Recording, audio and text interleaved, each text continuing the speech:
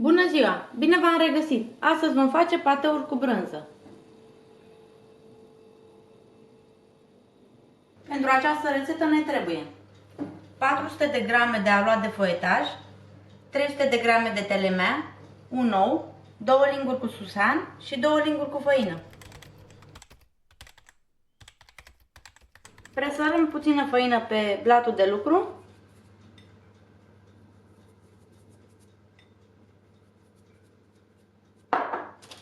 Apoi luăm foaia de aluat și o punem aici unde am presărat făină. O întindem puțin cu un făcăleț.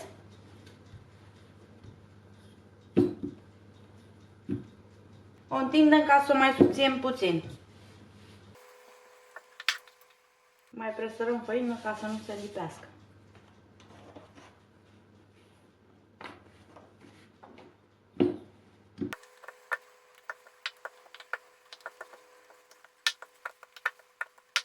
Apoi le tăiem în 5 bucăți.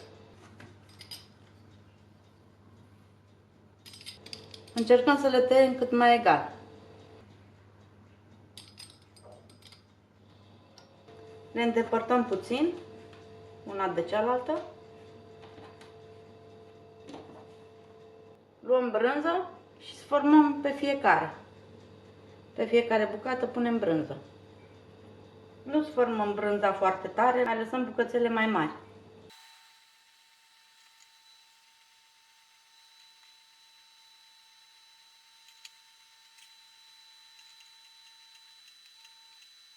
Rulăm fiecare foaie.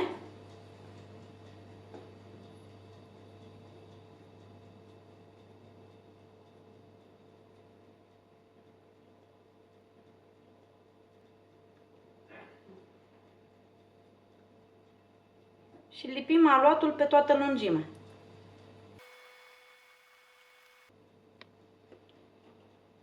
Și întoarcem cu lipitura în jos și aplatizăm puțin.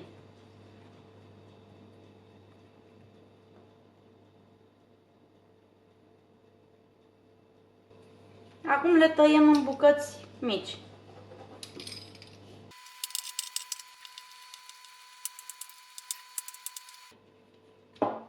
Am aici o tavă tapetată cu hârtie de copt în care vom pune pateurile.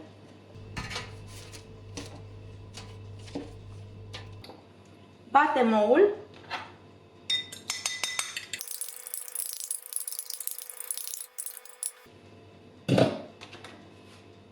Și ungem bine fiecare bucată.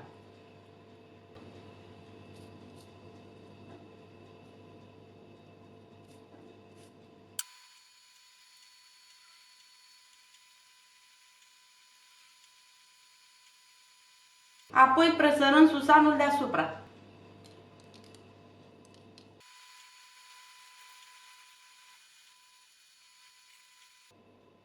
Luăm tava și o punem la cuptorul preîncălzit la 200 de grade.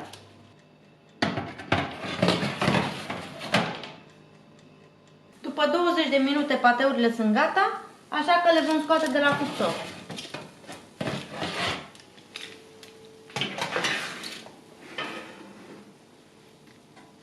Le lăsăm puțin la răcorit, apoi le putem servi. Dacă v-a plăcut această experiență culinară, vă invit să vă abonați la canalul meu.